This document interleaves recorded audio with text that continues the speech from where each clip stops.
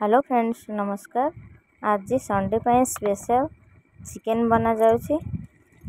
माछ खाइबा समस्त प्राय इंटरेस्ट थिला, केवल मो पुअर जिद पाई आज आमर चिकेन आसला। जल्दी जल्दी चिकेन बनैबा आउ आमिष हेले तो खायार इंटरेस्ट अधिक बढ़ी जाए। चिकेन बनै सारिके आम जल्दी जल्दी खाइबा। आज किसी नुआ स्टाइल न्यू यूनिक रे चिकेन बना होछि। आपण फास्ट टू लास्ट पर्यंत देखते आम केमिटी स्टाइल रे चिकेन बनाऊे। प्रथम चिकेन को फ्राए कर देथिलु। किसी गोटा गरम मसला पियाज राई तेल पकई सहित चिकेन दे फ्राए करदेलु। आलू मध्य पकईचु। तापर किसी समय घोड़े नेलु। अदा पियाज रसुण गरम मसला टमाटर मिसेकी मिक्स कर तार पेस्ट बर्तमान आम चिकेन रे पकई नबू। यहाँ एक्चुअली किसी नया स्टाइल आमको एमती स्टाइल बनवा इच्छा है बनईदेलु।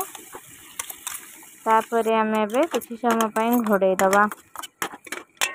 किसी समय घोड़ेला बर्तमान ये मुझे चिकेन मसला हल्दी पाउडर लंका पाउडर एवं गरम मसला धनिया पाउडर सबू ता सहित आम पकईदबा।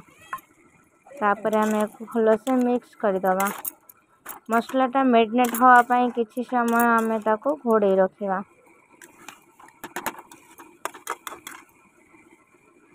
वाओ चिकेन कलर केते मस्त आ जाइए ना। तापर किसी टमाटर काटी रखी ताकू एबे पकईदेलु।